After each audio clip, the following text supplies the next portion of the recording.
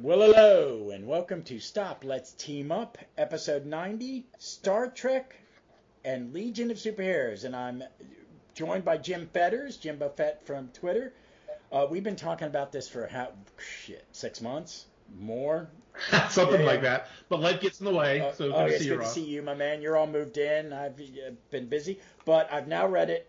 Me and him talked about it, and I mentioned it to a buddy, and he bought me a hardcover, and I've read it when I got it, and I reread it over the last few days, and I'm looking forward to talking about it, because sometimes these, you're a big Star Trek fan, right? Huge. Okay, yes, so absolutely. all right, and you're a little younger than I am, just a little bit, not too bad. So you grew up on original Trek and then Next Gen, right? You're old enough to remember. Yeah. When I was very, very young, I guess original Trek had already gone off the air, and so I was just watching the reruns. But then, the Next Generation came along in college. Okay. So, I was 5 when it was canceled, and then grew up outside of DC. It was on Channel 20. Channel 20 about 3 or 4 o'clock in the afternoon every Monday through Friday. Like that, yeah. So you watched them, and we were talking a little before that I'm in the middle of one of my perpetual rewatches. I have many of those. Doctor Who one, and I know where I'm ending. I'm somewhere in the moments to the end of season 1 of Deep Space Nine. But original Trek is my first Star Trek, and Legion's one of my first comics, and sometimes licensed comics, they're either fantastic or awful. And this is really good, I think, overall. It's a lot of fun. I mean, you think about it, it's 2 space franchises that take place in the future, and more of a, it's a dangerous future, but it's more utopian than anything else in both the Legion and with Star Trek. So they kind of fit naturally really well.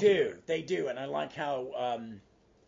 And I forgot a lot about what happened when I reread it today about who the villains are and how they connected those 2 characters and how they brought in other things. And I could go, oh, that's it. You would think it's kind of fan wanky, but it's actually not. It all makes sense, and it all ties up into a nice bow. So this Yeah, I mean, Chris Robertson does a really good job of, taking these little bits of Trek lore and Legion lore and kind of putting them together in ways that, they really make sense. It's fun to read. He does, and he treats it. So this comic came out, the first issue in October 2011. It's a 6-issue miniseries.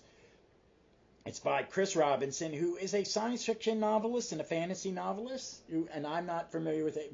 And he's done other licensed comics for different people, but I don't really know him. And it's pencils by Jeffrey Moy, by Philip Moy. I'm assuming they're brothers. Yes, indeed. Colorist Romeo Farhuda Jr., who is not had anything because you can't touch his name and get a link to his bibliography. Interesting. Editor Chris Rawl, who I know the name, and letters Robbie Robbins, who I don't know. And it was an IDW comic book. They do a lot of these licensed things, and they do a lot of DC stuff. They do some of the DC and and even Marvel's, their former licenses. Let me ask you this, because I know we both know we're huge Legion comic fans. Have you read Star Trek comics? Were you ever? I was actually into the Star Trek comics back when DC owned the license. So when this would be like, I guess, in the late 80s, early 90s, when they basically continued the story of Kirk's Enterprise, right? When it was in the newer redesign, they had the red big maroon uniforms and all that kind of stuff. I read that religiously. So I was really into that. Peter David did a lot of those issues. He really got the characters and had these really good stories. But then for some reason, DC might have stopped publishing them, or they lost the license or something. The newer stuff, which I understand has been really good, I've been very piecemeal about it. I haven't been very consistent. No, I hadn't. There was bits and pieces of the Marvel stuff I liked. I liked the stuff set on the Enterprise with Pike. They had a series in the early years. They really wrote number 1 really well. and they really got the characters based on that one episode. I'm a big fan of Strange New Worlds. Yes. Yeah. Absolutely. And they really get it. They get it. Yes. It's like, yes, this is what it should have been with if it had been pre-Shatner. Yeah. But Yeah. Exactly. I like this. This really works for me. So we'll go kind of. I said I wasn't going to do the individual issues, but let's just kind of touch on something. What did you think of the line? Well, the Star Trek lineup, you get everybody except Chapel. So Yeah. it's anybody who would go down on the planet is in it. Right. But what did you think of the Legion lineup? We've got Cosmic Boy, Saturn Girl, Lightning Lad, Brainiac 5, Chameleon Boy, and Shadow Lass. I think it's a great Legion sampler, if you will, right? Because you get the 3 founders, and then you get 3 of the aliens that kind of correspond. It's not a 1-to-1 where you have because Spock is considered one of the trilogy, right, from the Star Trek side of the Trinity of the Star Trek core, whereas Brainiac 5 is not, right? He's a core member, but he's not one of the founders. But obviously you have the parallel of Brainy and Spock, and then you have Kirk and Cosmic Boy, right, from those from the paralleling of the leaders, right? So it was really just kind of interesting to see how it did that. And then of course, bringing in characters like Chameleon Boy and Shadow Lass, right, who have these kind of really cool powers that you can show pretty dynamically on Yeah, so that's what I was thinking about that too when I was reading it. Is like you had to pick the big 3, and then I think picking Brainiac because I really see if you're gonna have Spock, you got to have Brainy. Right. Chameleon Boy and Shadow Lass because their powers are the most likely to help you in any story. You know what I mean? I need somebody who can get us in, sneak in someplace. I need somebody who can be the spy. They have skill sets, and also they're such iconic. They're great, like you said, samples of Legion. Like I think these are the perfect 6 characters for this story. Yeah, and you can't have somebody like Ultra Boy or Mon-El because they're just too damn powerful, right? I mean, in that case, they'd be able to solve the problem, that they get themselves into fairly easily just because he's and like Element Lad wouldn't really be, and I love Element Lad, Shrinking Violet, your shit. They wouldn't be right, but they did it. And Robinson really, I think, he really nails the Star Trek. They feel like Kirk. They feel like the actors. Yes. Yep.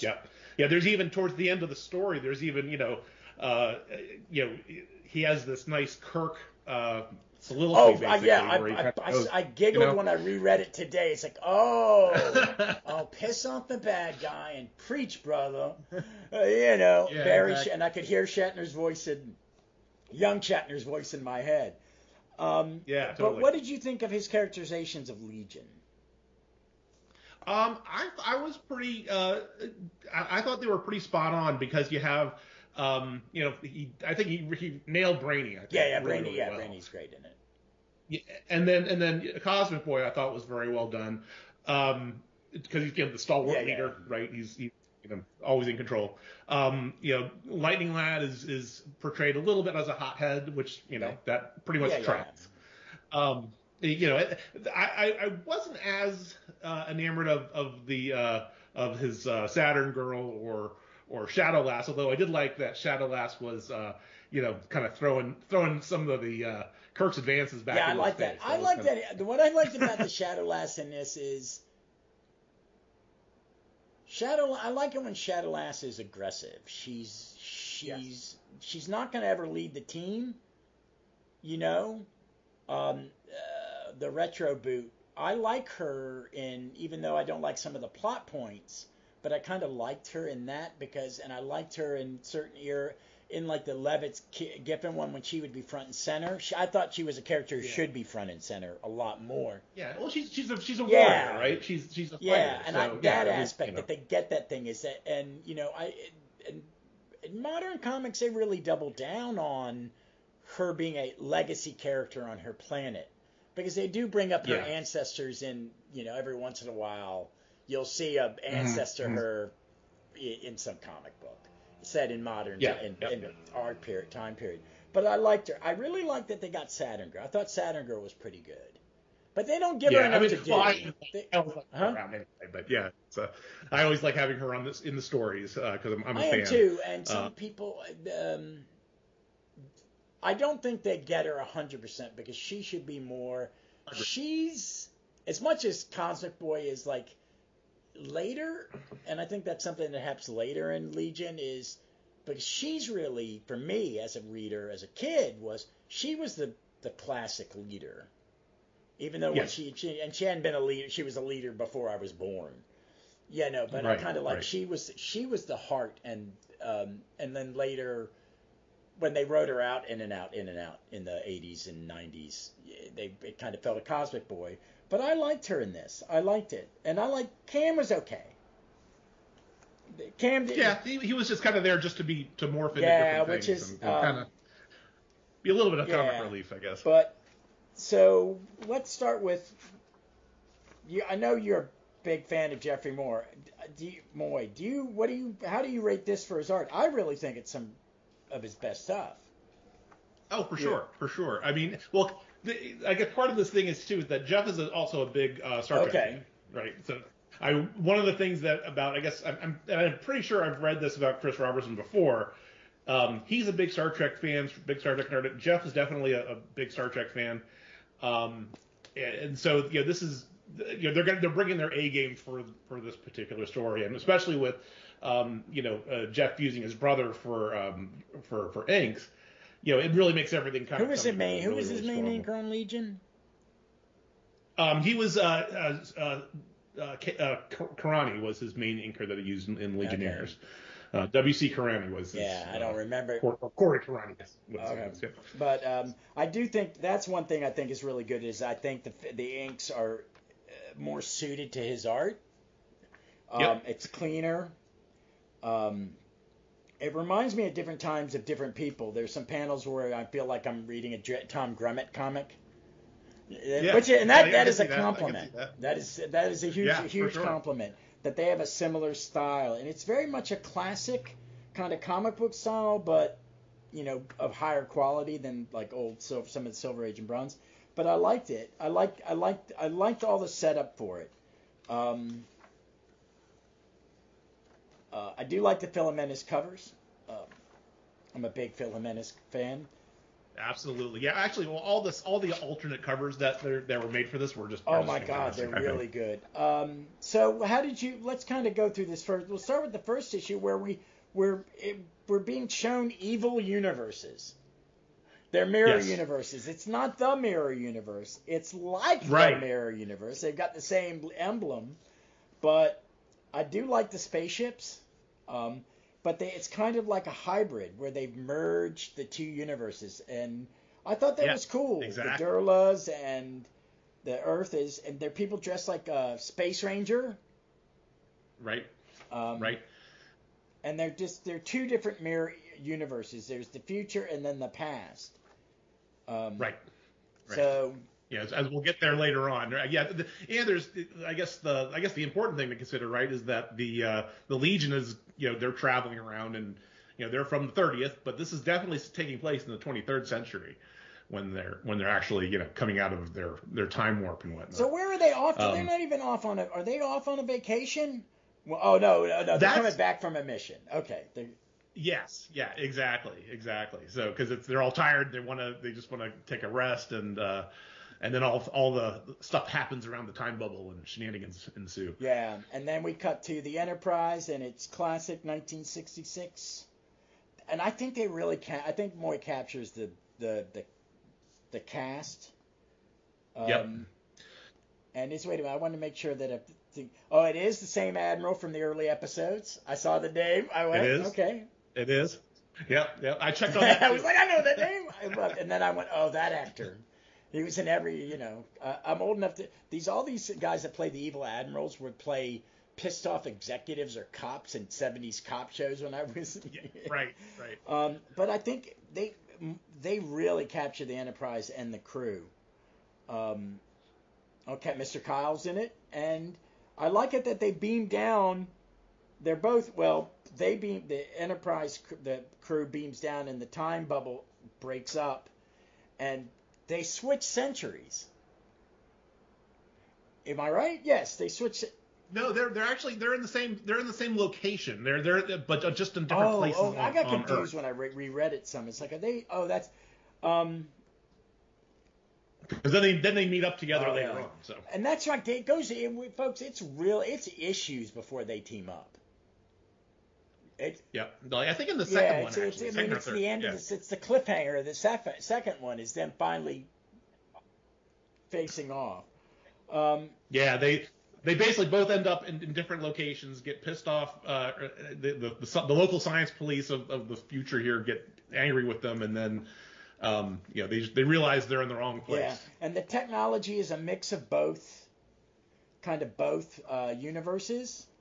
And the cliffhanger is, I love this panel. It's at the end of the first issue, where the two teams, they're nowhere near each other, and Brainiac and Spock are saying the exact same things in a split screen. And it's great. It's like, we're in the 23rd century. But it isn't our Earth. Yeah. We're in the wrong universe. And then I get to see the Keith Giffen chunky cover for, alternate cover for Volume 1. That's where that is in my book. Yep. Yeah, that's exactly how it is. I'm using the digital one. Is it a digital trade or the digital issues? So. The digital trade. Okay. About the digital trade. So it has all the art for the chapter breaks, which is great. I want the cover of issue 2 as a poster. The Bill Jimenez one. Yeah, that's a really good one. Good. And then we were into the second one. What did you think of how they hybrided the universes? Like the Borg are in it. It's honestly it's one of my favorite things. Okay. Just because like you mentioned the Borg. There's a section with the Borg here, but like the technology mixes and the styles of the starships, right? It's like the Federation ships are kind of a jumble of the traditional, saucer type of spaceship, but then also you have what looks like the Klingon ship, but also is kind of like the original or one of the original Legion ships. Is that the Grell? Right? Grell created that one? Yeah, the Grell Legion ship. Oh, and right. he was just going, I'm just doing Star Trek, man. Cool. I love that. I love that spaceship. And then you've got the Organians meeting with the controllers, the Cuds, right. Is it Coons fighting the Klingons. Yeah. And Tyreers, what's the guy with the gun hand that was the only Legion villain ever to get an action figure?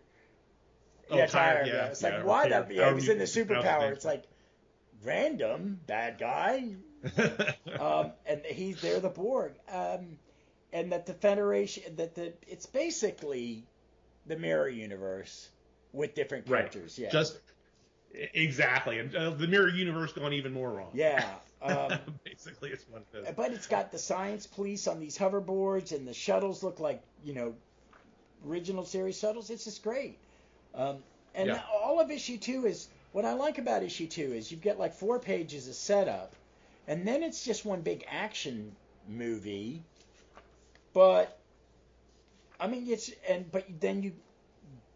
it's basically a lot of action and character development and setting up pieces. I think Robinson does a lot of good world building in these 2 issues. Absolutely. I mean, you even get to the part where he's like, they're on the shuttle, so Spock's able to kind of hack the computer, so that you get a really quick Cliff Notes version of how this world is so changed from what we're used to, which is kind of nice. And that the Castellan, who's the right hand man to the Emperor, is from the same planet as Brainiac. Is he supposed to be a Brainiac? I took it that he's a Coloan, but he could. It's very possible he could just be an Orion. Oh. So I'm not 100% sure on that. Oh, that would make more sense that he was. I didn't even think. God, and I watch modern Trek, and they use the Orions all over the place. Yeah, and the only reason I was thinking that is because I think you see a couple Orion ladies later on. So. But you get it all set up. I do like the world building. I do. And it was just nice to read a Legion comic where they're just flying around having an adventure. But it was good. When you get to a certain point where you get the info dump where Spock pulls up on the view screen the history of this universe. All I could think of was the Enterprise episodes where they were set in the mirror universe. Yeah. They changed the theme song. Thank you, Jesus. Yeah. That was actually one of my favorite Enterprise. It was. And part of it was like I didn't have, my wife had never watched Enterprise, and I told her about how bad the theme song was, and I played it for her, and she was like, "It's worse than you said." I said, and that's not even the snappy, peppy version they'd start later. Well, she doesn't have faith in the heart. But I like the. I'll see myself that it's just crazy, and that's. So this action piece ends up with them, and they both are running from being chased, and they both end up in the same place. Yep, facing off against each other. It's a nice cliffhanger. The great and cliffhanger. Then the beautiful, folks, really a Steve Lytle Legion Star Trek cover. It's really beautiful. I don't think. And another awesome Jimenez piece. Yeah, well. It's Phil. I wish he drew more comics. Yeah, me too. I got a buddy in town who's a friend of his, or knows him. Yeah. But you know what? Quality over quantity. Yeah. So. And then we have, of course, because this is a podcast about teaming up, they've got to fight. Exactly. They've got to fight. We got the stock. Let's team up. Yeah, they do. And you know what I like about it? It takes a while. It takes a couple pages, it's a bit long, but you get to see, Spock, and you have everybody kind of pair off in a little bit. But I do like, one of the highlights for me is this the scene where it happens? No, it's a little later when they fight together. They do a little bit with Chekhov. But then we get, let's show you what Star Trek is in a 2-page spread, and what Legion is in a 2-page spread, and it's the thing. And those are really nice. Those are really, and they give you. I think they picked the perfect kind of in the Star Trek one. You get the SEAL, you get the cast, you get the ship, but then you get to see Vulcans, Andorians, pig. Good God, the pig people. Why am I blanking on those guys? Tellarites. And then the villains, you got the slightly racist version of Klingons, the Gorn, the rubber suit Gorn, the Romulans, and Turlane, who's a character I really like. And then Legion, you've got them, and then you get what I like is this is a Legion from a specific era. They're going, fuck it. Yeah, that's right. This is around, I guess, like the Great Darkness era time frame, I'm guessing. Posted, because you got White Witch in there. That Timberwolf. Yeah, you got Jock as Invisible Kid, so. But you got Superboy and Supergirl in it, and which is the way it should be. Yep. Absolutely. And then you get the bad guys, the Time Trapper, the Hoods, the Dominators, and Universo. And the United, and their United Planets. But just look at like the main Legionnaires in the story, how well drawn they are on that top. It's just like wonderful artwork. It's really, I think he draws them a little differently than he did when he drew Legionnaires. Do you feel that? Oh, for sure. He does them a little, and I don't mean this in a bad way, but he's a little more cartoony in Legionnaires. Well, absolutely, and it's funny how if you go back and look at his very first work in the Legion title before he came over to, he did a couple stories in the annuals for Legionnaires and the main Legion title, and then of course he came on board as the main penciler for the Legionnaires title through pretty much the end of the main of that run, and you could just see how much he progresses in quality over time.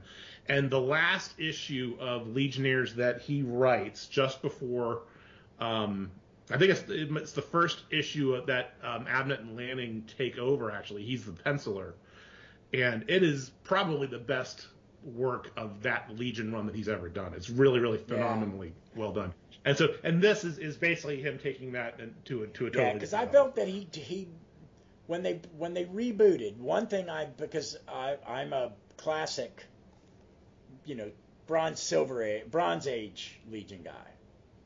That's my sweet spot.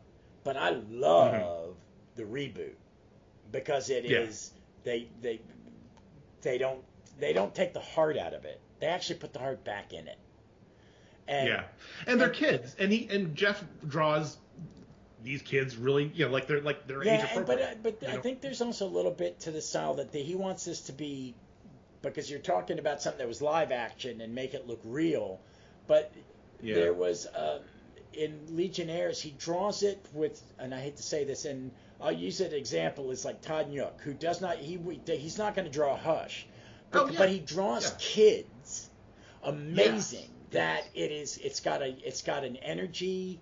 It's a little, what I mean by cartoony, and it's a little less realistic and a little hyper fun. I think that's why I like Tanuk. It's why I like Moy's Legionnaires. And in fact, Tom Grummett, Superboy. One of my things I'd love for the Legion to come back. I think Todd would be a great penciler if they were ever to bring, the 15, 16-year-old teenager Legion back. I think he would be just amazing for that role. But, and now that he's inking his own work, because that's what he does in Stargirl and The Lost Children, which I think is the... Yep. And and I'm a huge Young Justice fan. And I came to it late. I read it where all the adults become kids and the kids become adults. And I went, man, I gotta go back and read this because it's a lot of fun. And he has that same energy to where in his Legionnaires, and that he's not drawing a Richie Rich but little kid or a Scooby-Doo comic, but it has a certain energy, and it has a different color palette too. It's very prime colors. It's very 3-color. Yeah, very bright. Where this is a little toned down to kind of level it out, and I really like it. And one of my favorite issues is this one, because I like all this setup, and then you get the hybrid Fatal 5. Yeah. Before we get to those guys, I did want to also point out, and this again tells you this, and I'm sure this is a Jeff Moy touch because he's such a big Star Trek fan.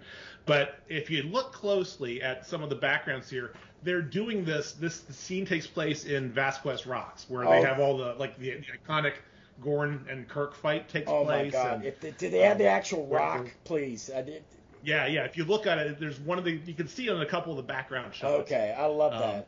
And you're like, okay. I watch a YouTube channel called Trek Culture because they do the ups and downs, and a guy named Sean Fenwick is the host, and it's very funny. It's very tongue in cheek, and if he doesn't like it, he doesn't like it, but he does it with joy and fun. It's like, come on, people, But he went to California to meet one of his editors. He had met him, and you could see him running to the Rock. And if I ever went to LA, I think I would have to go out there and get a picture.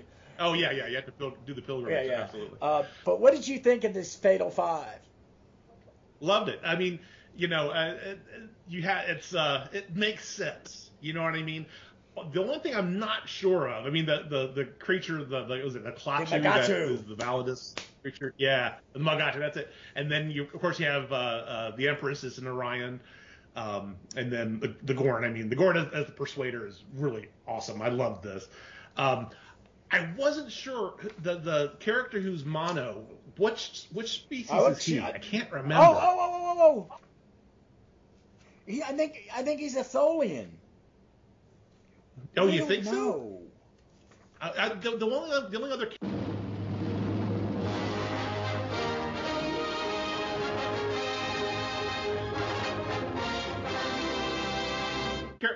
species I could think of is the that character or those characters, they would have this little breather thing in front of their face from the Next Generation. Oh my God! Wait a minute. Oh, you're right. He's got the whiskers. He's got the 4 little whiskers. Yeah, or whatever. The benzene or the Bendai or something. I know exactly. And they look alike because it's the same actor and the same mask. So they had right. And they're a bit of a prick. Right. and I don't know what is the half man, half machine Thor. What is he supposed to be? Is he a his name is here. Its name is Rook or something like that. But obviously, yeah, he's Theron. Yeah. But is he a Vulcan or a Klingon? What is he? I don't know. Oh, just some white dude. Well, it's like he apparently he might be part Borg. Oh, that's the hype. Wait a minute. Let me kind of look at because he doesn't get a lot of center stage. Right. Yeah, I guess that's it. But has his line of resistance is not logical kind of thing. Okay. It's okay. He was he kind of disappeared in the story to me. He did because he did. But I did like the Gorn was great, and I like the this is a really good more good action. You get and it's only a couple pages. But what did you think of that? The overall the team up aspect, how they're starting to blend the crews here.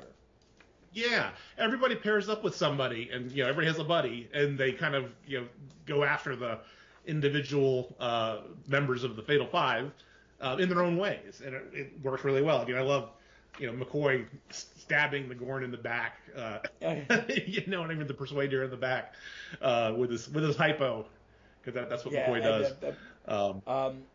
And then all the other team ups that you have. Shadow Lass and her, I like that. Spock Yeah. nerve pinching the Mugatu Valdis.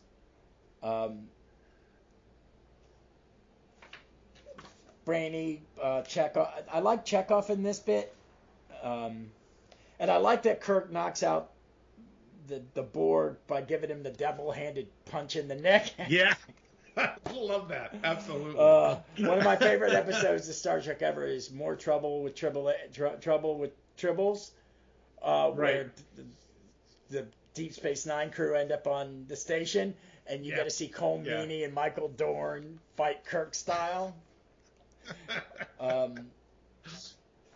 But they just tie it up. So okay, we're going to give you the Fatal Five, and then we're going to move everything a little forward. And then I like how Brainy can turn it can turn a simple space police hoverboard into a time capsule. Of course, because why shouldn't we? So they both go on. They split up, and that's kind of what the battle I liked about it. It was kind of like Green Old Justice League comic where everybody has to split up, or a Silver Age Legion comic, that each chapter would have a different team. Yeah, and this is where they split up and they go one group goes even farther back in time, back into the prehistoric age and whatnot. So and then the backup cover is a wonderful Mike Grell, but it's later Mike Grell. Yeah. And that's not a bad. I mean, I'm not saying it's a bad thing, but it's like this is Mike Grell when he has a lot of time. Right. Right. Because him rushed is still better than most people. But it's good. And then I really love this Phil Jimenez. This is probably my favorite one of the bunch because it has it's so detailed to the lore of Star Trek. And I think I gave him props back on Twitter many years ago about this one because it was so well done detail wise. You got the space dock. You even have the Dreadnought class down at the bottom, the third cell. He's so.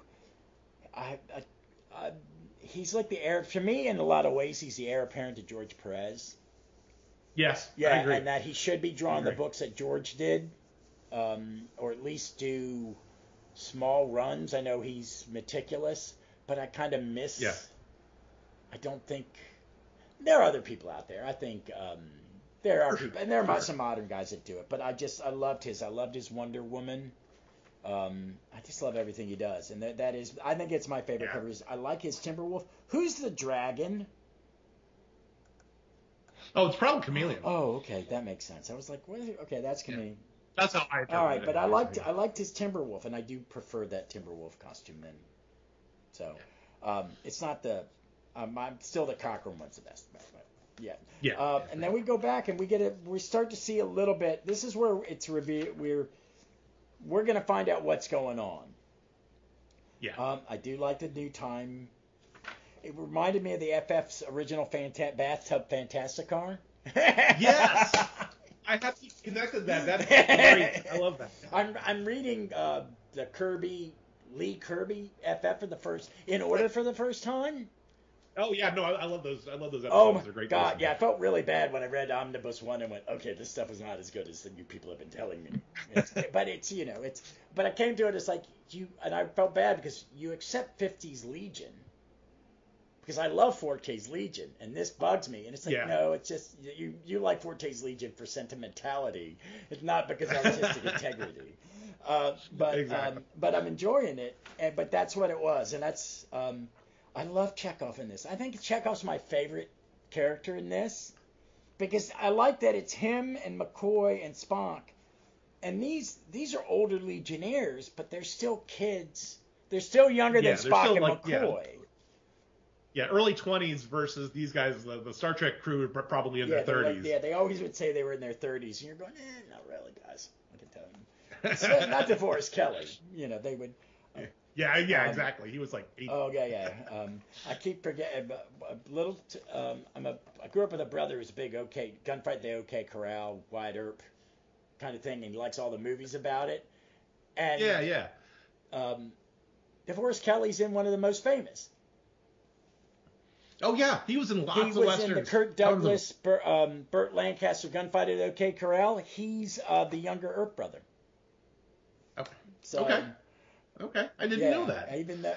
That's really cool. Because I watched it on television. My brother goes, I've seen that on television, and I don't. This is the old days, folks, before we had widescreen TVs. He goes, I've never seen him. He goes, he's on the edge of the screen. He's always cut out. And then when he came out in Letterboxd, we watched it. Look, see there, he's in it. It's just on TV, you would get like half his face.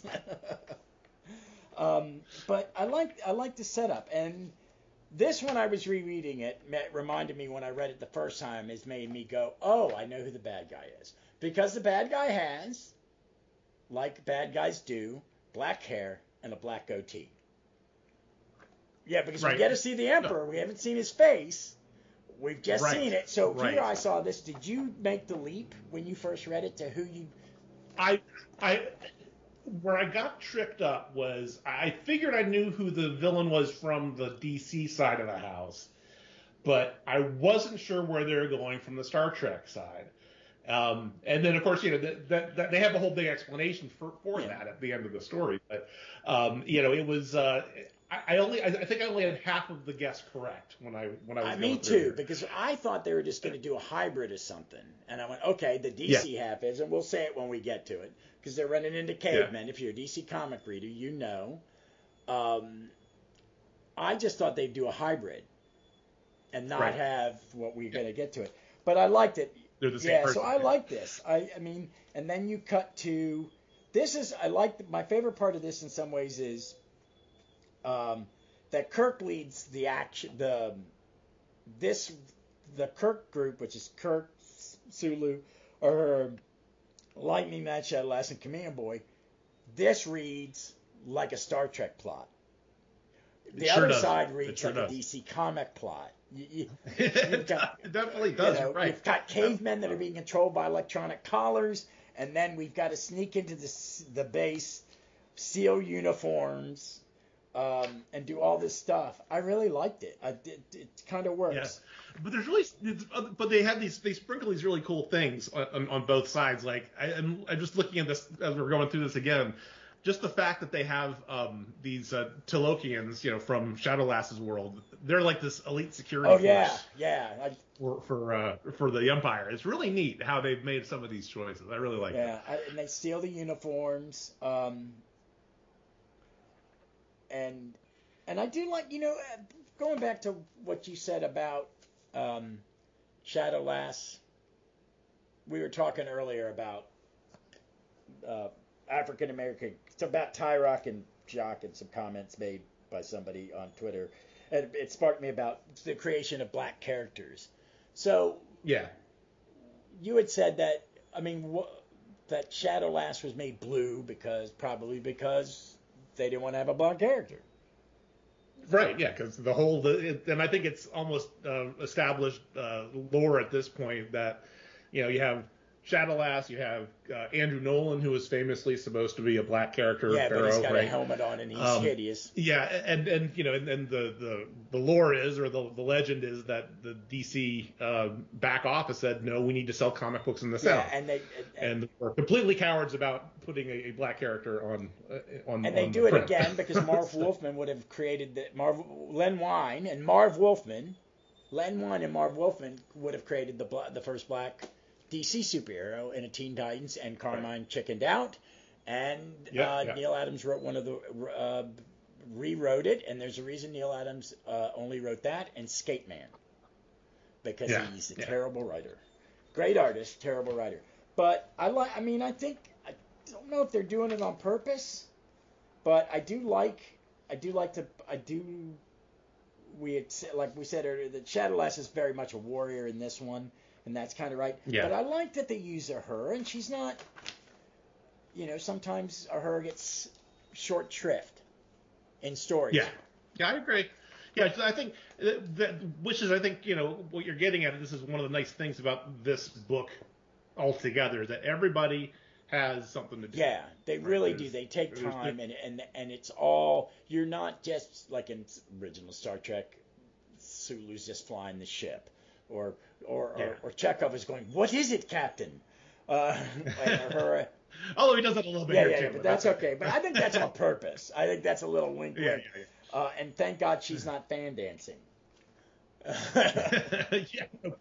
Don't get me started. Oh gosh. But I like how the Imperial Guards all have early Star Trek laser rifles. Yeah. So we had this battle. So we keep jumping. And I like how it's like two pages.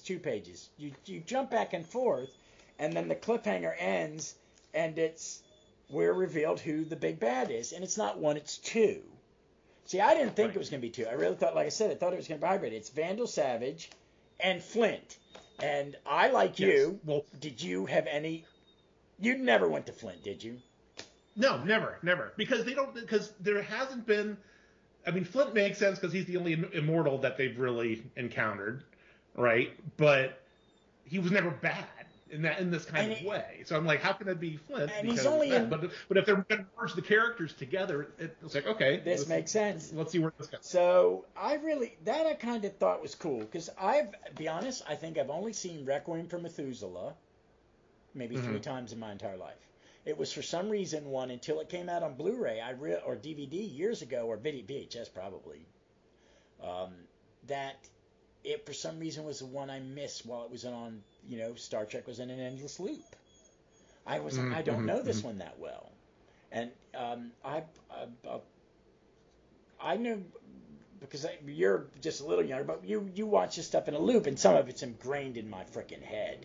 I had a roommate one time, and we were going to say, we're not going to go out tonight because, we're going to go out tomorrow night. We're going to sit at home and watch TV and save our money and go out drinking tomorrow night. We're in our late 20s.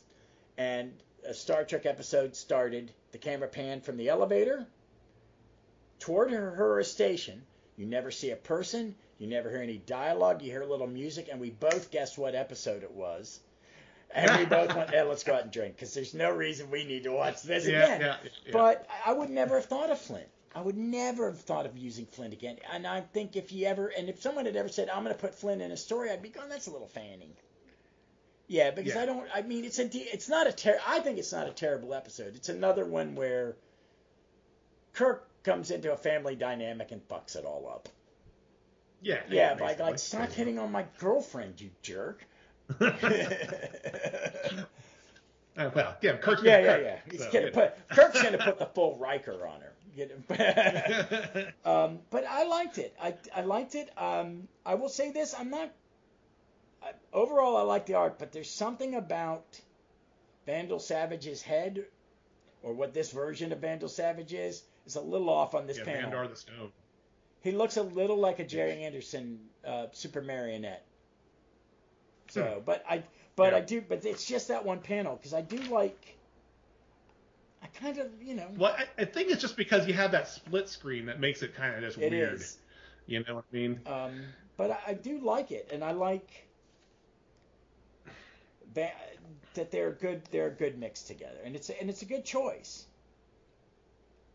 I think ultimately it's a good choice. It's just it wasn't the one I was gonna guess, and I wasn't trying. So a Chris Sprouse cover. That's a really good Chris Sprouse piece. Which is good. And then yet another Phil Jimenez cover, which is just awesome. Kirk with all the Kirk girls. With all the I do like all those. These are some great. These are great characters, folks. These 1, 2, what is it? Six female Legionnaires, and they're such amazing characters. 7. Oh, there's Violet. Yeah. I just do like it, and it's Kirk acting really kind of pompous and sexy. It's a great cover. It is. So, we're getting toward the penultimate. So we're gonna. One team is in a pit in the cave under the ground. Been thrown in a pit with a cage on top by the cavemen, while Kirk and his crew are being fed a nice dinner. Somebody got the short end of that deal. Yeah, and what I like is this is where Kirk, what's his line?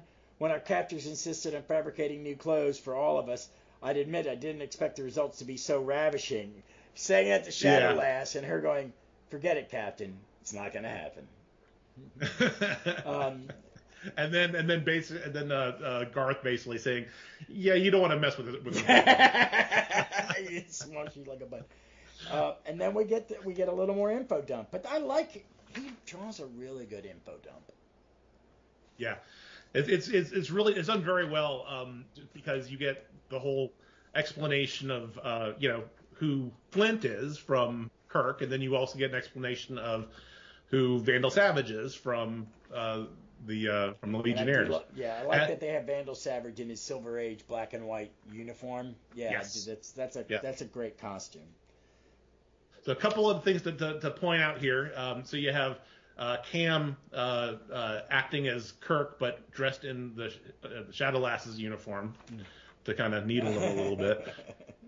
And then also you have another Jeff Moy feature that was a constant feature in Legionnaires of Cam sticking his tongue out at Jim Kirk, which is kind of fun. I do like his. I've always liked his Chameleon Boy, because I really do like the Legion, the reboot Chameleon Boy. Yeah, he was good. He's different than the original. He's a little different than the original. I actually think. For sure. In the 3-boot, I think he's one of my favorite. That version of him is one of my favorite. That was the most unique version that I think we've ever had. And I liked it. He was so alien, and it made so much more sense. But he was cute and fun. So I like that Chekhov and McCoy are playing tic-tac-toe in the dirt. Yeah, absolutely. Jesus. You're from an advanced civilization, and you're playing this.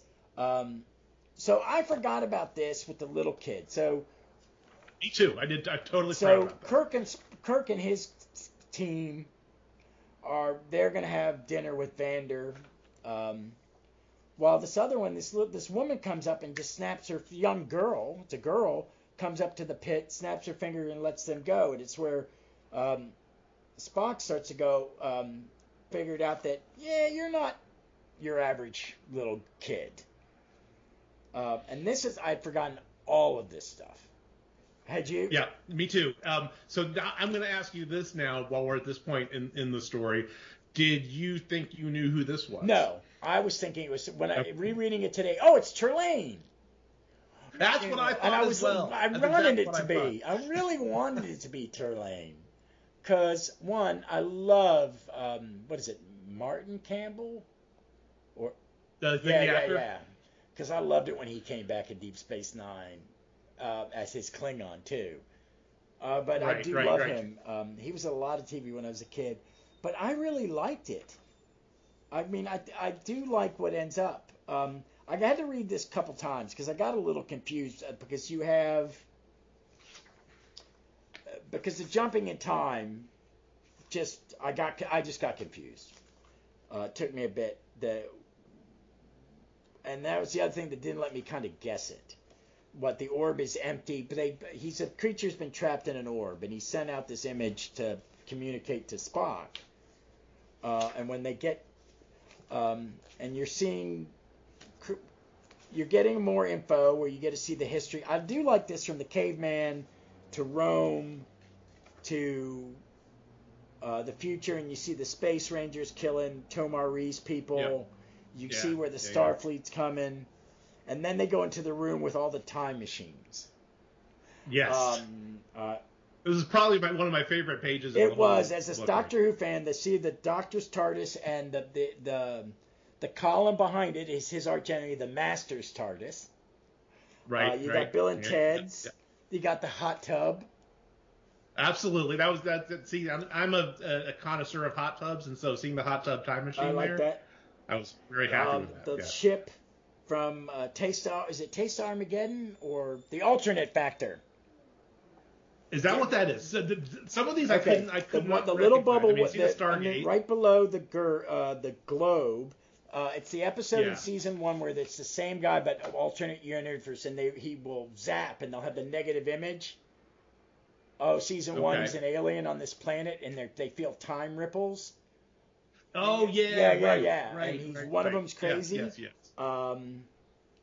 Okay, I'm gonna tell you all of them because I'm that nerd. What is that? There's a pool. No, I don't know that one. I don't know the sword. The 3 in the upper right. The sword, I think, is Prince of Persia, maybe. Okay, I'm not sure. If you go the ship to the right of Lightning Lad, that's kind of pointy. That is the time. That is from Voyager, where they go back to time and meet and fight evil Ed Bagley, Elon Musk. Yeah. Okay. The time bubble, a DeLorean, yes. And then the top 3 are time machines from 3 different time machine movies. Well, actually, I guess there's 4, right? Because isn't that the very top one? Is that the That's time tunnel? That's the time tunnel. That's the time tunnel. Yeah. But the 3 right along the right-hand side, it's the silver one, the one that's open with the spinny wheel, and the one that looks like a little fish. Those are all from 3 different versions of the movie about. The H.G. Wells movie, the time machine. I think the one with the cover that looks like a little fish is from Time After Time. The Christopher Reeves, Malcolm McDowell. Yeah, I guess it is Christopher Reeve. It's Malcolm McDowell and but he plays H.G. Wells. It's that one, I think. But I remember that movie. I really enjoyed it. But we get the cliffhanger, and this is that Vander has captured Q. Yes. Which I think works. I mean, I really think I would have preferred Trelane. Yeah, I agree. I mean, Q makes sense, when you think about it, because he is that powerful. Yeah. But I've always been the believer of that. Trelane's a Q. Well, there was, I think, as a Peter David novel that was written as part of the Star Trek universe. He always wrote the best ones. Yeah, totally. And I think one of them is basically the 2 of them going at each other. Or something I like it. So. And that's a great I will say this: the cliffhangers are really good overall. I think they all. Oh yeah. And we get a lovely. Yeah, they pace this plot out really nicely. Yeah. And I really like Mike Aldred. I like anything that Mike Aldred does. But I really like this because if you're going to have anybody draw Silver Age Legion nowadays, this is a good choice. Yeah. I would like to see him do a miniseries set in the early days of Legion in the Silver Age. Oh, I'd love it. I think it would be great. And he could write it because he's really good. He could make it fun. So the last Philomena's cover, which is good. I mean, I think it's good. It's very much, like you said, post Great Darkness Legion. Yeah, having one of those hero flyby moments you have there to have with Legion, and that's a rule. Yeah. I wish. Yeah. I know everybody. A lot of people of a certain generation like the green and blue Element Lad costume, but I really do prefer Giffen's first one, the pink one, with the Interlackey. Right. Yep. But that's a good one. Tyrock's in it. I didn't realize that. Yeah. I think the only one I can't see in here is Violet, but she, oh, I do. I just see her right there. I see. Never mind. Yeah, they're all here. I love Block. I'm of this. Even though I started reading Legion with Superboy 197, my favorite grouping of Legionnaires is really Block, White Witch, Jacques, and Timberwolf. So basically the V3 Baxter. Yeah, pretty much. But starting with Jacques once Jacques introduced, is about the same time Timberwolf and Block become friends, because Block's like, "What's wrong?" Yeah. I think I fucked up my relationship. Yeah, you fucked up your relationship, Bryn. You shat the bed, buddy. But I do like that. I think I think Levitz and Giffen were trying to go, let's create some new couples and some new dynamic. Let's bring new blood in. And I thought they were firing all cylinders. It's kind of like later on that I'm really, in the reboot, I really like the second kid, Quantum.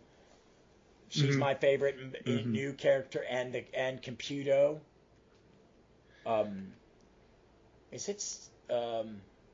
Who is the Computo in the reboot, though? It's not. They didn't really have one. Oh no, I'm thinking. When they did the first bet, the end of the 5 years later era, right? The Legionnaires had Danielle, so Jacques' younger sister, right? He was basically Computo, but then they never really brought her forward into the reboot. Jasmine has some of her, the way they do her hair is very kind of simple. Yeah. So you don't see that Computo character again until I think Bendis, actually. Yeah. Well, my problem with the one thing, I'm a big Jacques fan, and I think they keep. I like that some people, when they do a flashback Legion, put him in it instead of Kyle. They're like me, that he was their invisible kid. Kyle died. When in Grell, so I was like, I didn't really know him. I love Kyle, and I love Kyle because once I went back and read Shooter's stuff, but Shooter wrote him amazing. Yeah. Shooter really understood him, and I don't think anybody else ever really did. I don't think. I mean, Shooter was. I'm pretty sure it's a Shooter story where he basically just full out clocks Ultra Boy. Yeah. Oh yeah. And it was. And I'm not sure when the fans started voting for leader. I don't think he's the first one. I voted in a bunch. I voted in about 7 or 8. I voted in about 7 or 8 elections. You'd have to send your letter in or whatever, and I was very, because when I recently I covered the issue where Element Lad finally became deputy leader for the first of 100 times, and I was very happy, and I was very happy when he finally won. But it's nice to see that. So we get to see Kirk and his group all in it. Well, the men are all in the Agonizers, and the women are forced. It's Chameleon Boy, Lightning Lad, and Kirk are being tortured while Sulu, Uhura, and Shadowlass have been beat up. Yep, they're watching. This is a very different Flint. Because this is the Flint and Vandal Savage, in the future after he's conquered everything. Yeah, at this point, it's just he's a little two-dimensional. I don't know. I agree. This whole thing, and then this next sequence where Q kind of describes what needs to happen. This is where it doesn't really get it for me. It doesn't quite nail the landing as much as I think it should.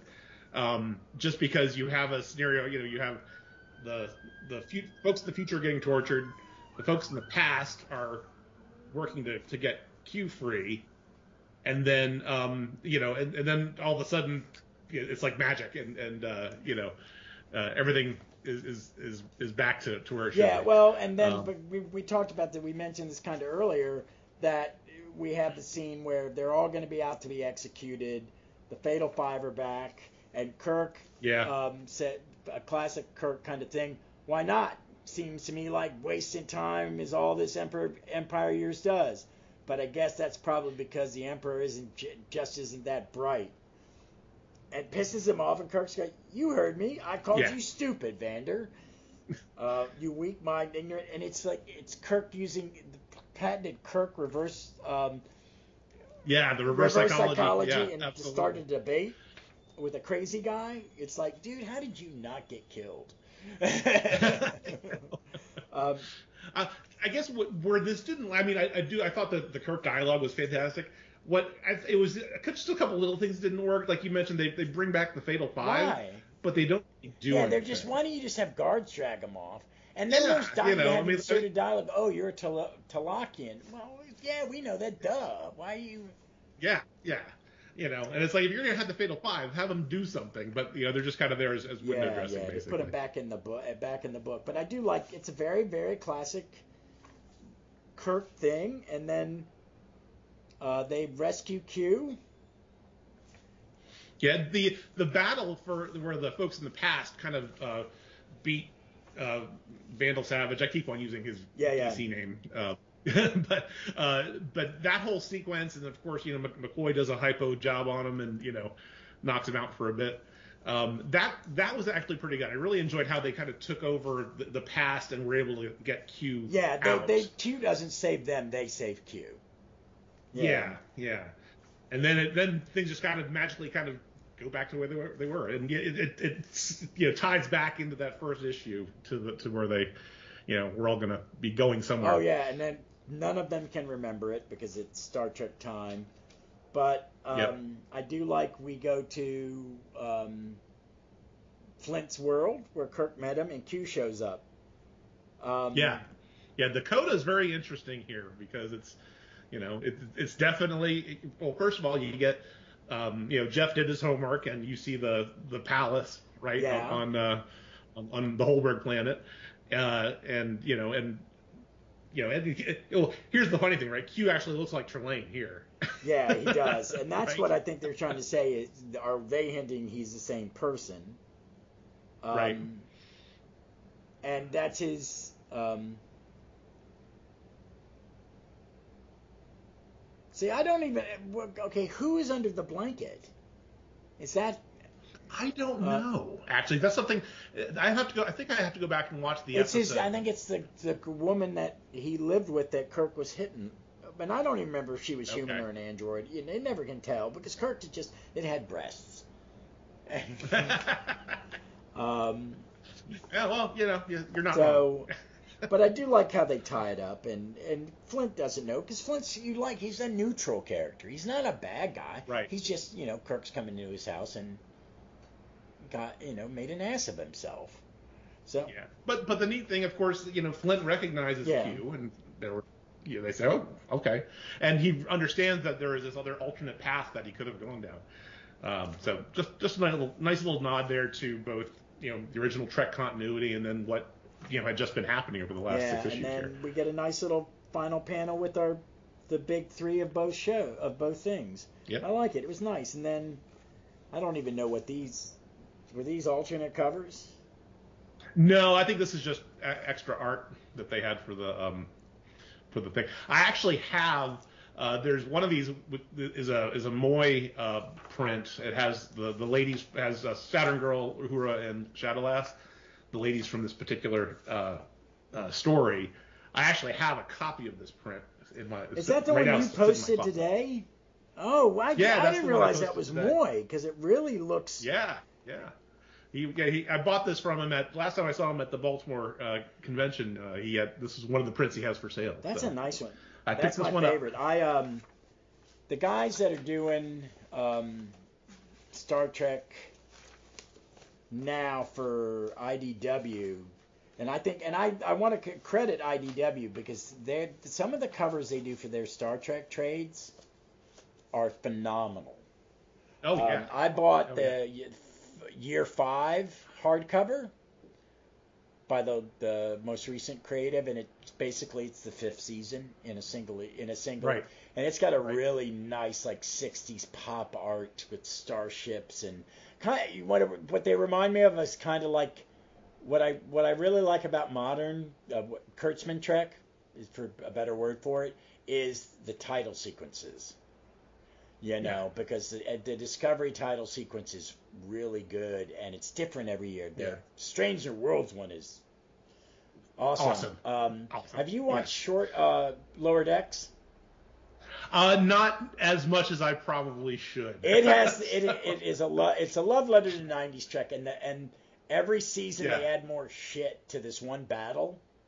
Like more and more alien ships. It's one where it's like it starts with the Borg is fighting the Romulans and the seriese. Oh, it's part of but they keep adding. Now it's got a doomsday thing. It's got they keep adding stuff to it. I think it's one of my favorite Star Trek shows of all time because it's got a lot of heart. I think I started watching the first season. I didn't. The whole Mariner character was the first season. I didn't like her. And so I just kind of stopped watching just due to life, right? And then, but then of course, when I saw the Strange New Worlds episode where they cross over, I got to go back. Well, I will say this about it: unlike a lot, because it's kind of emulating Family Guy and Simpsons. It's trying to say it's that tongue in cheek, and it's not.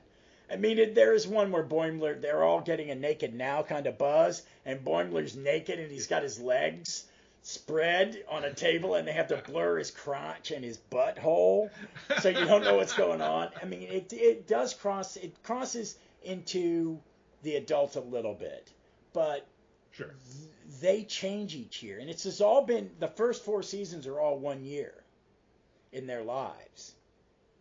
So it's kind of cool.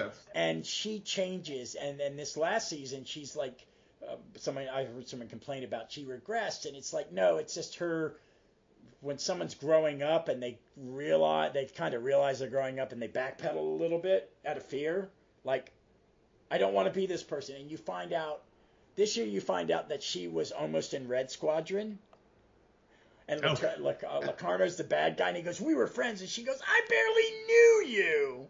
Well, 2 of the lower deck guys are now bridge officers. Like they're the helmsman in the comm. And there's one where it goes, you hear it, and one goes, he looks just like Tom Paris. I don't see it, but it's real tongue in cheek, and it's a really sweet show. But they have a great title sequence because it's very like Deep Space Nine and Voyager, which are two truly, I think, are great title sequences.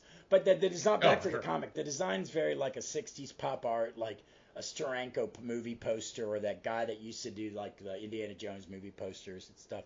And it's by the same guys. Hold on, I want to get their names because I do want to give them the proper shout out. And they're writing Thunderbolts now. They just finished doing Cap, and they're doing Thunderbolts for Marvel right now. Oh, okay.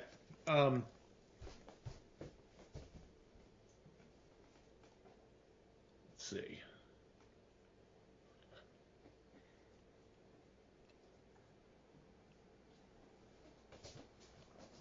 I'll feed you in a minute, dogs.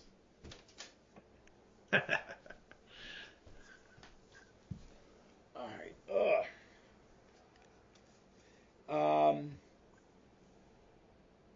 Jackson Lanzing and Colin Kelly. Okay. Jody Hauser. This has got some good people on it art-wise. Brandon Easton, Jody Hauser, who I love. Some of the people I don't know, but I think the art's pretty good. You're not gonna be able to see this shit. Hold on. Hold on a second. Nice. Here, I'll make it easy on you. But it's the IDW stuff, and they've done a really good job. They did. Star Trek is a ship. What they're doing for IDW now is Star Trek. The main book is the USS seriese. It's commanded by Ben Sisko, who's back. His first officer is Data. His second officer is Crusher. Tom Paris is his pilot. Scotty is his engineer. Their comms officer is an Andorian who is whose part has some human blood because her mother was the communications officer on Enterprise. They have a young Vulcan on it, and it's a really good book. And then Defiant is the second book, and that's Worf is the commander of the Defiant. His first officer is Spock. His chief engineer is B'Elanna. Oh wow. Lore is on board. And stuff like that. And they just do really good. The other books are Strange New Worlds. They just do miniseries, and Deep Space Nine they just kind of do arcs. They don't do real. Yeah, it's episodic, and it's they'll do 5 issues and have a new number 1 with a new story. You're right. They're writing for the trade. And the lower decks are okay. I'm only getting the 2 main ones because I've cut back on my books, but they do a really good job. And these guys are kind of like the leading force of it in a lot of ways. I don't know if they're still going to be, I don't think they really do as many here. I'm sending you a picture via chat, Twitter. So you can see the cover, because it's beautiful. I mean, it's absolutely beautiful. I bought the trade because I liked their stuff, and then I saw the cover, and it was in a nice hardcover. I went, oh, this is pretty. And I'm looking for, I haven't read it yet, but I'm kind of looking forward to it. Because I've enjoyed everything. For the most part, I've enjoyed everything they've done. I'm actually... Yeah, it looks very 60s. Yeah, I love it. But overall, what do you think of... I think this is a lot of fun. I enjoyed reading it both times. It's such a great book. I mean, it has, it's the epitome of stop. It's the weirdest team up I think I've done on the show so far.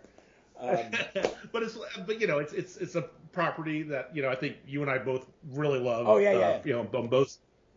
And it just works great. It's just a lot of fun to see. I'm personally I'm a big Jeff Moy fan, so I think it's great, and the writing's great. It's just a wonderful book, and if you're a fan of either, you should pick it up. And IDW did 4 of these, right?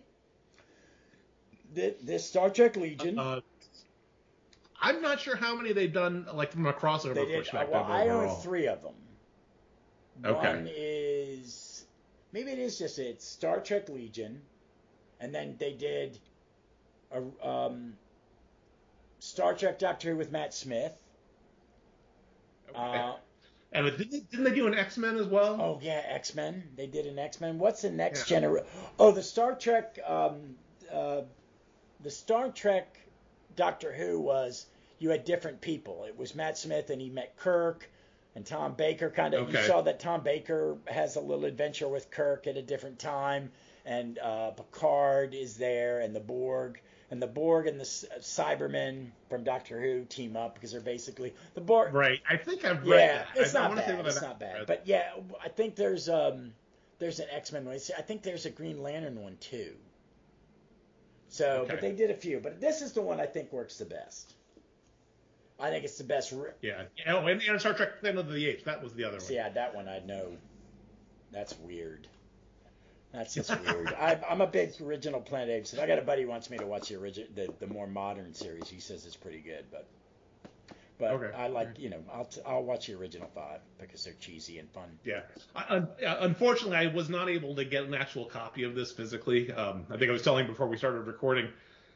When I met Jeff Moy a few years back at Baltimore, he actually had signed versions of the Star Trek Legion hardcover at his table, and I bought a lot of stuff. I didn't buy that. And my buddy, I don't know how he found it so quick, because I mentioned it, and like 4 days later he handed it to me. Oh, wow. So it's I don't know if this is probably hard to get and expensive. I mean, it's weird. Well, I think you can get it out there. It can't be like, easily. I've been buying Omnis, and if you don't get something and it goes out of print, they skyrocket in price. Yeah. Like I have one, I would love to have the satellite era of Justice League, the Bronze Age Justice League in hardcover. Sure. They're 3 volumes, and then they'll go for like 150. I found a kind of smoky smelling Bronze Age, Silver Age Volume 1, and it's in good shape. It just smells like the guy was a smoker. But yeah, you can't find it. But this is fun, folks. If you can get it, find it. It's you can get it on Comixology. It's not on the DC app. Yeah, actually now it's not on the DC app. Well, actually now it's Amazon since there is no more Comixology. Yeah, how is that going for you? Yeah. You just run it off the Kindle. The Kindle app works. So, but okay, you just don't do it off the. You just don't do it off the the Amazon Prime site because it's a cluster. Yeah, I got Exactly. you. Because I only do the two big apps. I'm looking right now on Amazon. You can get I can get a hard copy if I wanted I have a to. Kindle. So. My pad is a Kindle pad, and I use it more to like watch stuff in bed before I fall asleep and stuff like that. I haven't gone to reading books electronically. I do read. I read a lot. I read a lot on the DC app, and I read some on the Marvel app. Me too. I think the DC app, folks, it's worth it for the Ultra. I mean, yeah, I think if you, because totally. there's a lot of stuff on it. I mean, a lot. And the Marvel one's good for me to fill in holes because I don't have a lot. I read I'm reading Defenders. I've got the first two Omnis, but if I want to read anything past issue 50, I got to go to that. But and I read that on my phone and it works fine. I don't read on on the computer much. I don't. It's my iPad. I did for this because I misplaced my iPad. And I do panel for panel when I'm reading on my phone and stuff. I'm Legion wise. I'm rereading Justice League International, and I started listening to the Wahaha podcast, which is It's a ton of fun, but they're like an hour and a half long, but they're detailed and it's interesting, and he has good guests. But there's one where you see Booster Gold fist, and he mentioned the Legion ring had the interlac L, and I went, the Legion ring never had the interlac L, and it does in that one. And I went, I want one of those. Because I've got like every, except for the expensive, every Legion ring they've ever given away, just to have one. But I don't have. I don't know why. It's just never the opportunity never. One of them I got from buying the Legion figures. I don't have any of my Legion. I kept my Starboy Legion figure, but I don't have any others. Okay. I always have dreamed if I ever had a lot of money, would get the big Legion tower with everybody. It's like 8 of them, and that Invisible Kid is. Is it a clear plastic figure? No, it's just an empty bubble. I think it's an empty box. I love that. Fantastic. So, overall, I would recommend this. I think it's a lot of fun. What did you? Overall, you liked it. And totally. I forgot a lot about it. And I think if you're a fan of Star Trek and the Star Trek fan of the Legion, you have to have this. You know what? The big selling point of it is they don't. I don't want to say this. This is going to sound snotty and bad. I mean, they just don't mess it up. Because that's sometimes when they do these kind of weird events. You lean too much into the kitsch or too much into. It's very self-referential, but it all, except for a little bit, like I agree with you. Q being the bad guy, the docs who, whatever, the fix at the end. You know what I mean? And that. And, I don't know how much of a Voyager fan you are. I like Voyager, but Voyager had a problem when they would do certain stories. They'd have a reset where they didn't remember it happened, and it was like stop that. It's really I find it very lazy writing. It's hard, right? Because in some ways, especially if the way they set up the book. From a plot perspective, that's the only way they could really resolve it in some ways. But Q being Q could literally do anything. See, it's just actually have Q fix it. And I love Q. Q is that character when I remember watching the first pilot, the pilot for Next Gen, and God, I was in more than college. When did that premiere? 89? 87. So I've been out of high school I've been 5 years on my own. As a grown-up. So I was 87. I was 23. And I really, to this day, I don't think the Next Gen pilot's very good. I think it's a pilot. I don't think it's terrible. Yeah. I think 90% of most shows' pilots are shit. But in the first seasons of anything. Yeah, it's a rough one. And when I did my great rewatch and I had to go through season 1, I was like, this is really harder every time I do it. But Q is one of the great inventions. Even the bad Q episodes are great episodes. One of my favorite episodes is the one where he takes him back to Sherwood Forest. Yeah. I am not a merry man. Because you can do comedy. I don't think Next Gen does comedy very well, but I think Deep Space did a lot of good comedy, and but I love Q. I love Q. If it had been a more Q centric show, what if they had done a more Q? I mean, what if he had do another team up and have Q go to like the DC universe and. Yeah, well, Q is one of those characters you can't use because he's omnipotent, right? You can't use him too much, or else What I like about it is when you use him, like I like how he was used in Voyagers. You use him to set something else up. You know, I'm just going to put you in a bad situation because it's entertaining for me and the audience. Oh, look, you got out of it. Bye. I love his dynamic, that he has a different dynamic with everybody. I'm glad they only use it once in Deep Space Nine, but it's one of my favorite moments is when he gets decked by Cisco.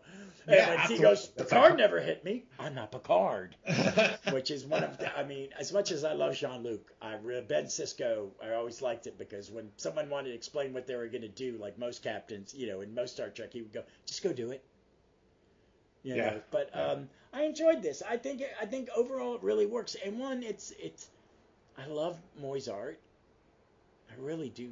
I mean, like when we covered that Legionnaires Volume 1, part of the joy of it was to just see the fun of his art. Yeah. It's great. I think I will put Reboot up with the best of any of Silver Age or Bronze Age. I think it. It is the trifecta. If you're going to have to pick the top 3 eras, I'm going, well, you're picking Levitz 2 for the most part. You're picking, I think, Shooter 1, and I think Reboot as a whole. Okay. I mean, as much as I love Shooter 2 and I love Levitz 1 and I love Cockrum, there's a sweet spot of Shooter when the two. And it's not the whole of it. It's really only when he's doing him and Swan. It's they're the 2-part stories, the 2-issue stories when it's the lead. I think he peters out. I think that's editorial. I think that's more just not caring it. Yeah, burnout. Yeah, and I think DC kind of loses its way going into the Bronze Age a little bit because they don't know how to react to Marvel. Mm-hmm. They just kind of keep doing what they were doing, and it just doesn't. It doesn't hold up as much. It's fun. I do like it for the most part. I'm glad about the action. So, what are you reading right now? Tell the listeners what you're reading now. What's your thing? Well, I'm trying to, I think like a lot of people, I'm really digging in on the Mark Waid World's Finest stuff. Oh my God, that's it's like the best thing I've read in years. I like it's out of continuity, so he can do whatever he wants. I've been getting it in hardcover because I missed the first 6 issues, so I bought the hardcover. And my comic shop told me to get the issues because no, I want to wait and read the whole story. So I've read the first 2 arcs, kind of know what's next. And did you get the World's Finest Teen Titans? Not yet. That's next on my list to start watching or reading because that's going to be part of that whole thing. It's more a Bronze Age Titans book, and I like it. I like it. Okay. That's not a bad thing. That's not a bad thing. There's a lot of that. The Bronze Age stuff is a lot of the zany Haney. It's actually a little more like the Bob Rozaka stuff at the end of that, which is not great. But was my first Titans. So I have a soft spot for it. Right. And I read something that he has said that he wouldn't mind doing a World's Finest Justice League. And I read the hell out of it. Are you reading Shazam with Moyer? No, but I've heard a lot. I have not yet. He has tea with a dinosaur, man. He has tea with a dinosaur. It's very much. He takes the best element of what Johns did, which was have. I like Billy in a foster home with a bunch of other kids, and they're the Marvel family. That I like. Right. That I like. Yeah. Okay. I'm gonna have to. I'll add it. Yeah. But it's Mark Waid and it's Dan Mora. So it's the same artist as World Finest. And it's fun. Perfect. And Black Adam's a bad guy. He's not a superhero, but it's very much more the little kid. the and they bring in a Doom Patrol Gargantua, whatever, one of their weird. So it's Mark Waid being able to be weird because it's Captain Marvel. His stuff was gold. Well, yeah, I mean, Mark knows characters. He knows how to write these character voices, and so you're gonna have a good read just because it's always character centric, and that the way I always think that he writes is, you have a plot, but it's all about how the characters interact, react to what happens. It is, and keeps their voice intact, right? You don't have the same voice across three different characters that are. Well, there's a lot of, but I mean, right now comics are fluctuating. I like that. The new Dawn of DC thing where they're kind of doing a soft reboot instead of doing a reboot and using mini-series. We're only going to do 6 issues or something. If it sells well, like Green Arrow is the best Green Arrow I've read in 10 or 15 years. It's a lot of fun. Okay. It's a superhero comic. He's not a Batman analog. He's not the angry liberal. Well, he's still the angry liberal because that's Ollie. Yeah, but he's having fun. But it's like, it's about legacy and family, which is what I like as an older comic reader. It's why I like John's JSA.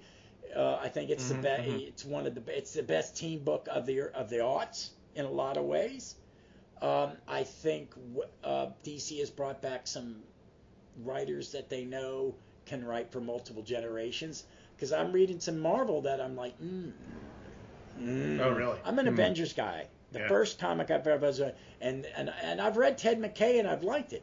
I hate what they're doing. Nothing happens. It's a lot of big set pieces. It's the guy at the comic shop I go to, Tanner, he's a smart kid, goes, I was liking it, and then all of a sudden the fix at the end of every arc is we're all going to hit them at one time. It's really dumb, and it's very 90s art over plot and dialogue, but Wade's a good writer, so they talk, and I'm I'm an older comic fan. I want them to have conversations.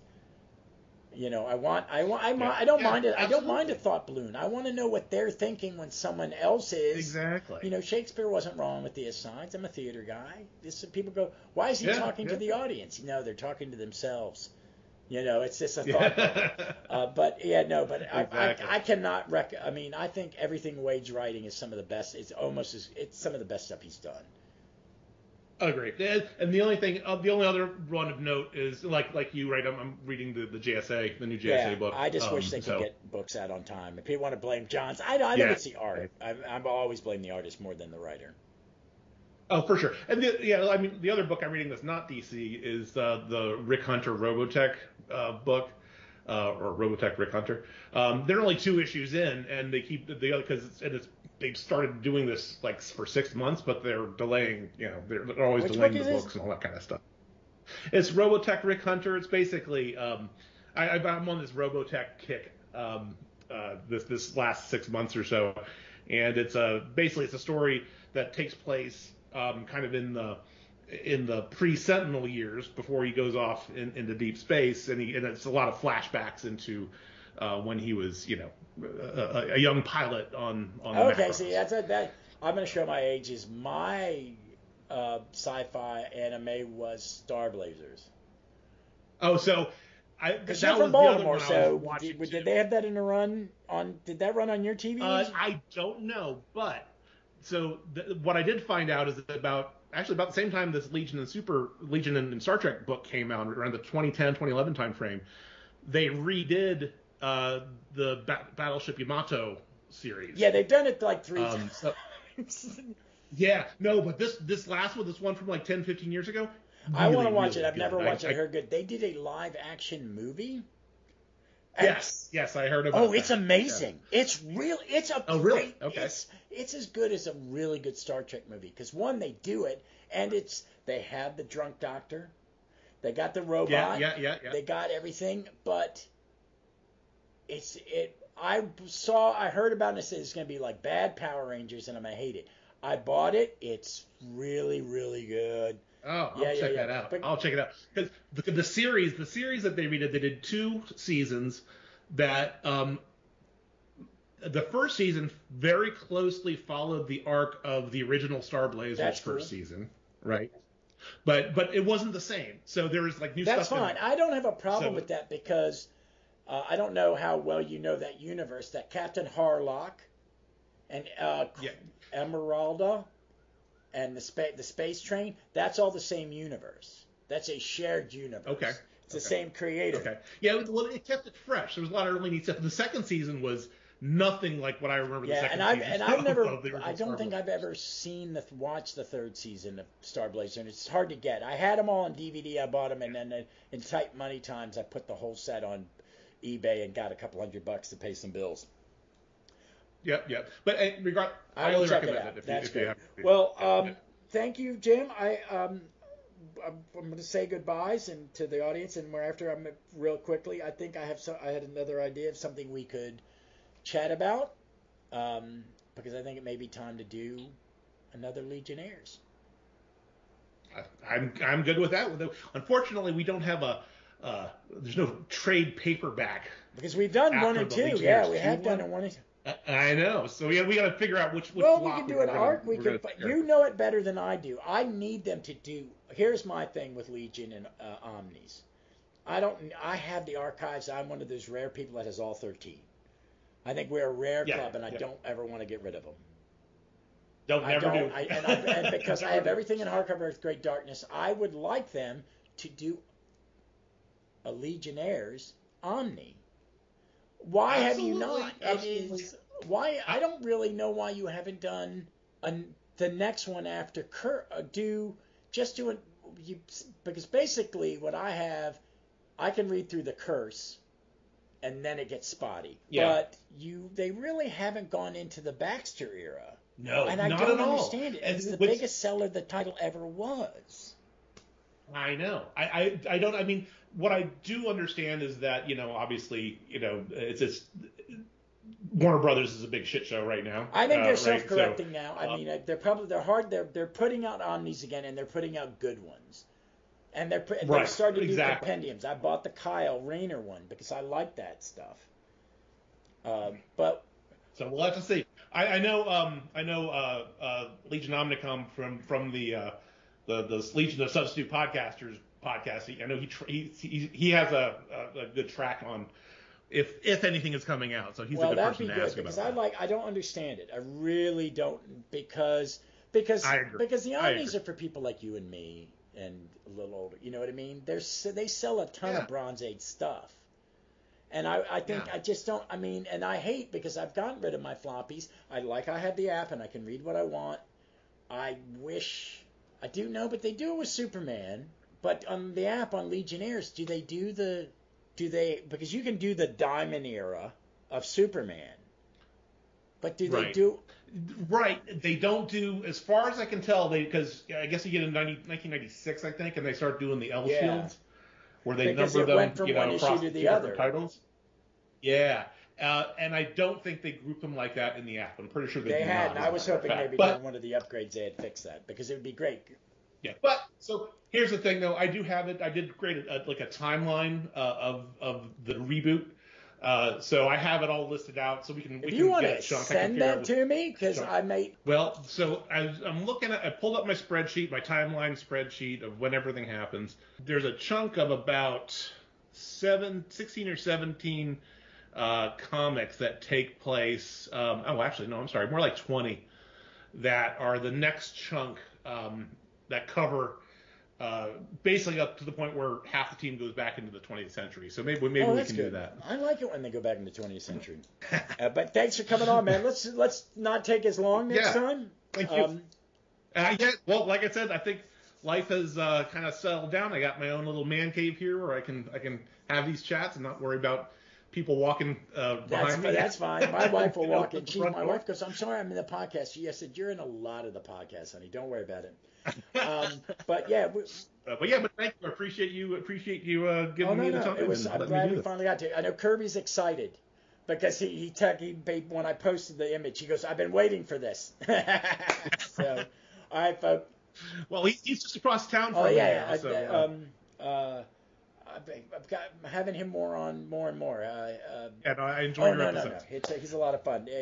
He was very happy for me when I got through the Vince. He knew I'd be happy when I got through the Vince Collette of FF, and it was like, you were right. He goes, yeah, the art's so much better, and it's in a sweet spot. So, all right, folks, as always, hey, be safe, be smart, please be kind to each other. It's a shitty little world out there sometimes, and read some comics, read some Legion.